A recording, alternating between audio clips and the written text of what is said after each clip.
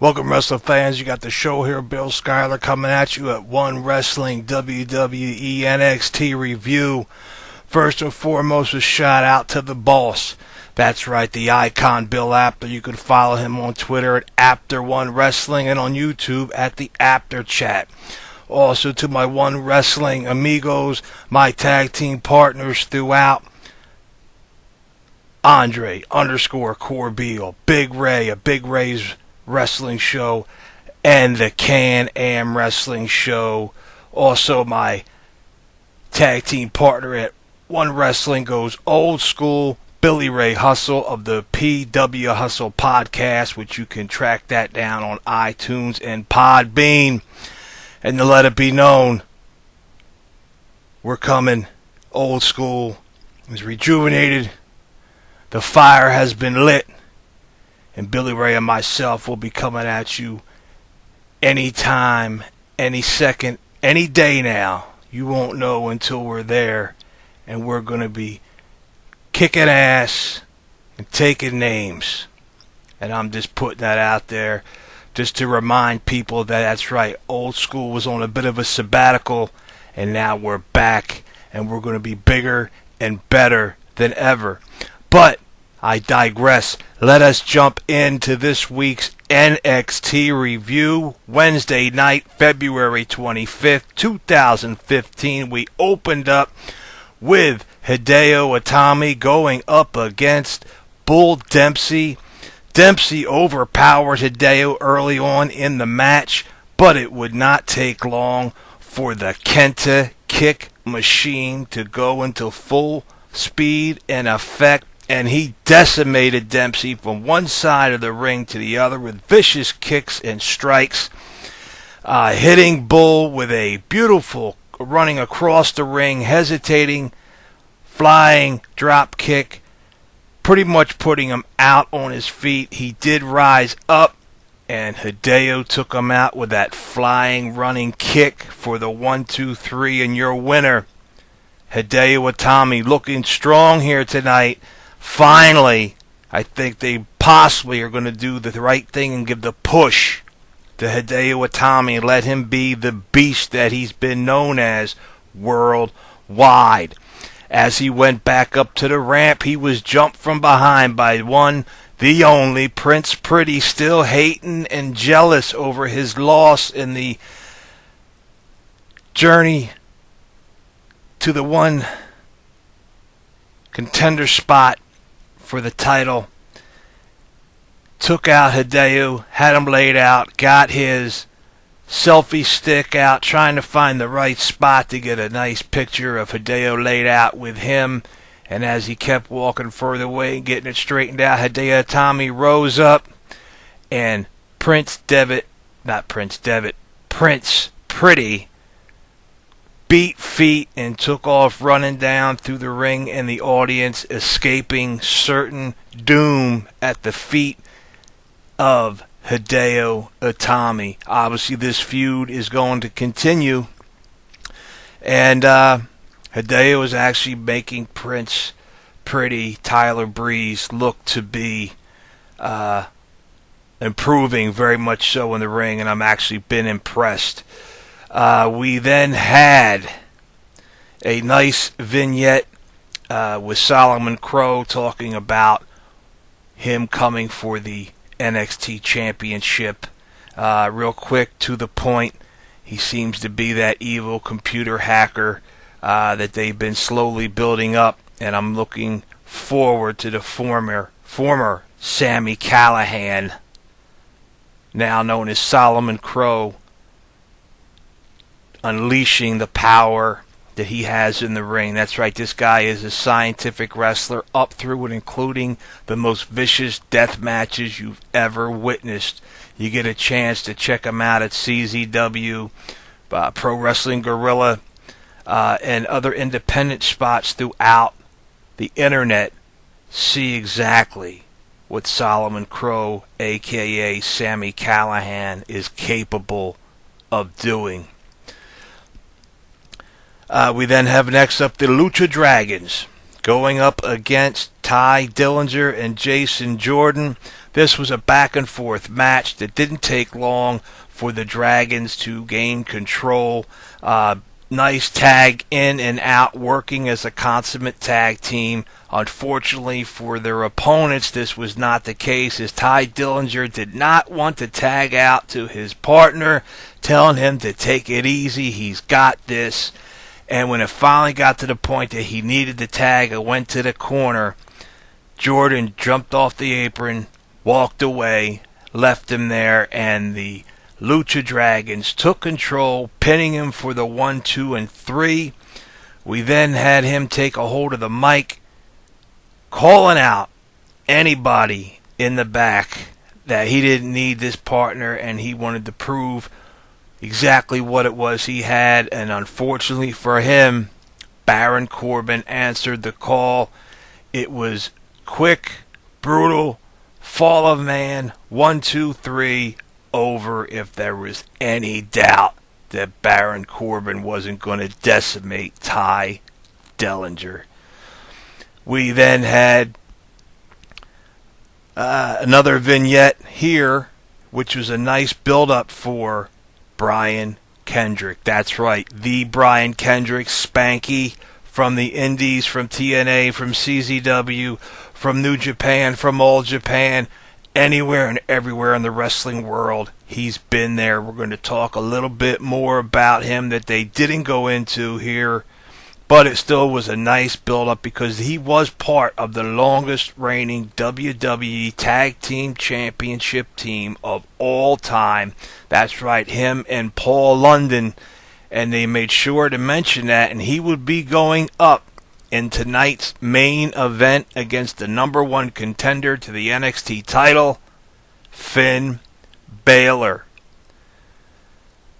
I am a guy that's been back and forth with Kendrick throughout his career. He's a bit of a weird cat. He can be excellent in the ring, and other times he can be very unmotivated, and this is why he has not been a regular in any of the major promotions for too long in his career. We also then had an interview with Charlotte Flair saying how that she was ready to go up against Sasha Banks next week to get back her NXT Women's title, and that it was coming home. We then had a great women's match, Becky Lynch versus Bayley. Two women who continue to improve each and every week in the ring, especially Bayley, who is so over with the fans. My favorite right now is Becky Lynch. I love everything that she does in the ring, and other than Charlotte Flair, I think she's the best female wrestler in NXT at this time and has a great, great future as she continues to improve. This match went back and forth. Bayley, no longer being that star-enamored rookie, took it to Becky, and they went back and forth, but eventually Becky Lynch would get her in a vicious submission hold, and there was no way out but to tap, and your winner was Becky Lynch. And anybody that says that this NXT women's division is not a credible division, that they look lightly on this NXT division, and that means that, in my opinion, they're either ignorant, they're haters, or it's just pure jealousy of the fact that these women, who are, for the most part, rookies, are outshining and outperforming women who have been in the business for years ahead of them, not just in the WWE, but throughout the entire industry here in the States. NXT's women division, in my opinion, is where it's at today. And we then had another promo. A lot of promos this week. We were a little light on the matches, but it was the Man-Beast Rhino putting over NXT and saying that he saw the just the look in the eyes of the wrestlers there. He could feel the oomph that they had, the desire to become superstars, and he looked in his own eyes and realized that it's the same look that he's always had, and he's coming to NXT to gore his way to the top, which tells me that at some point down the line, Rhino, although he's not signed as a full-time wrestler here at NXT as of yet, I see him going for the NXT title some point down the line. Again, as I said, we have next week Sasha Banks defending her title against Charlotte Flair. We also are going to have Sami Zayn addressing the NXT universe. They're also going to be showing his matches from over in the Middle East that he was engaged in, that I again have a problem with, because I feel that should have been kept silent here in the States, and his being away from the ring should have purely been because of the beating he deserved, or not deserved, the beating that he got at the hands of the new NXT champion, Kevin Owens. And it would have just helped to build the storyline up a little more than having him recover and be able to jump on a plane 2 days later and fly off to the Middle East for a week for a wrestling jaunt. But that's just my opinion. It's still, regardless, Sami Zayn is one of the best performers in the business. He's definitely one of the greatest performers here in NXT, and his time here, unfortunately, is probably going to be short, as he eventually is going to make that way to the main roster, as most of these guys are. I think they're going to hold on to them for a little while, because NXT is getting more and more popular, and they don't have a younger base of wrestlers brought in yet. So I think they should hold on to these guys for at least a year and build them up and let them become major superstars here at NXT, bringing in those mid and lower carders and guys from outside of the WWE to go up against them and let them show what it is exactly they have in the ring.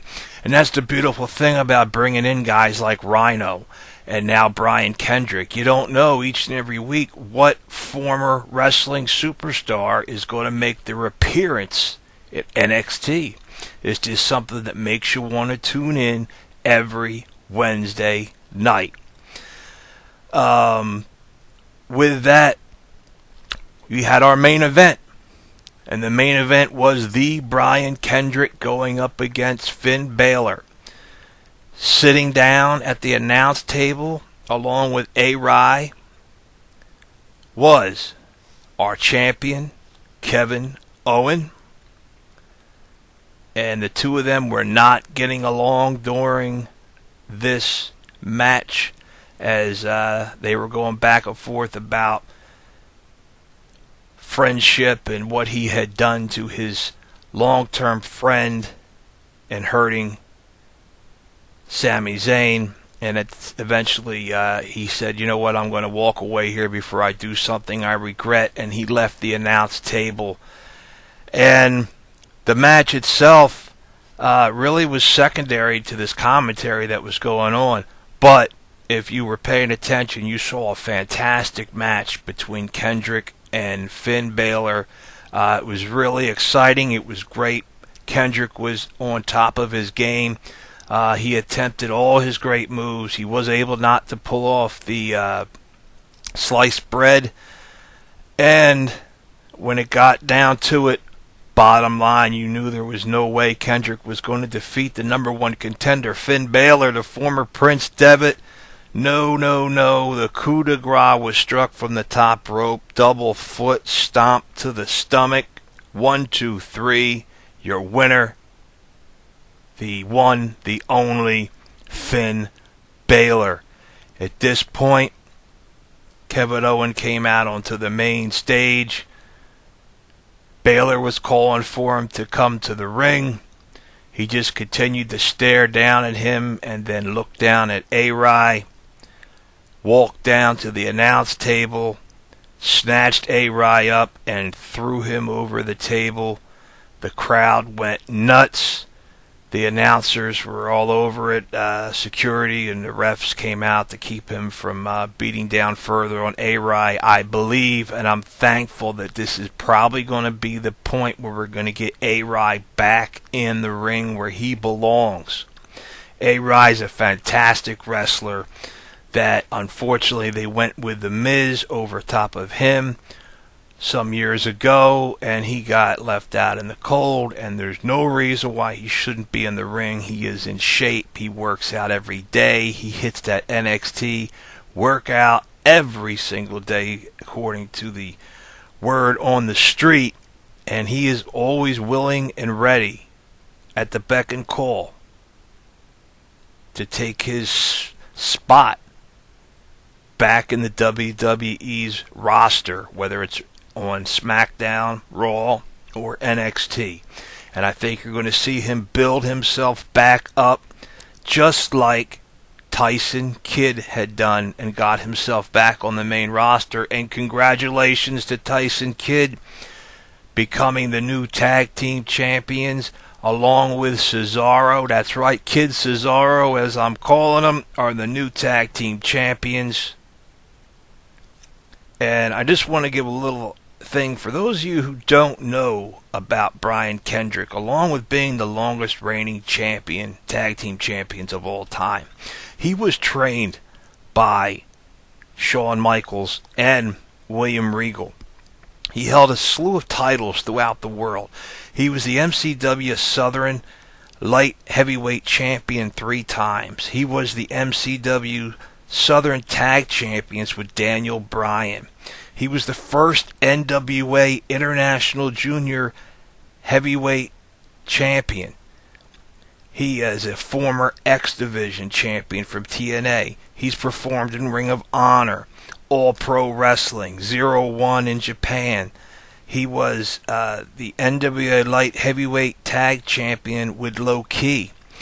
He had one of the most amazing tag team feuds with Eminem. That's John Morrison and Joey Mercury back in the day, where it was a 6 loss in a row for Eminem up against Kendrick and London. You could catch him on PWG, Dragon Gate USA, CZW, where he feuded with one Sami Callihan, a.k.a. Solomon Crow. Something to see. He's been in All Japan, New Japan, and again, it looks to be that he may be becoming an NXT trainer down in Full Sail University. With that, ladies and gentlemen, that is the end of my NXT review for this week. We will be back next Wednesday night, 3/2/15. For all the NXT action, all the results, any and all news that you got, I'm here to give it to you.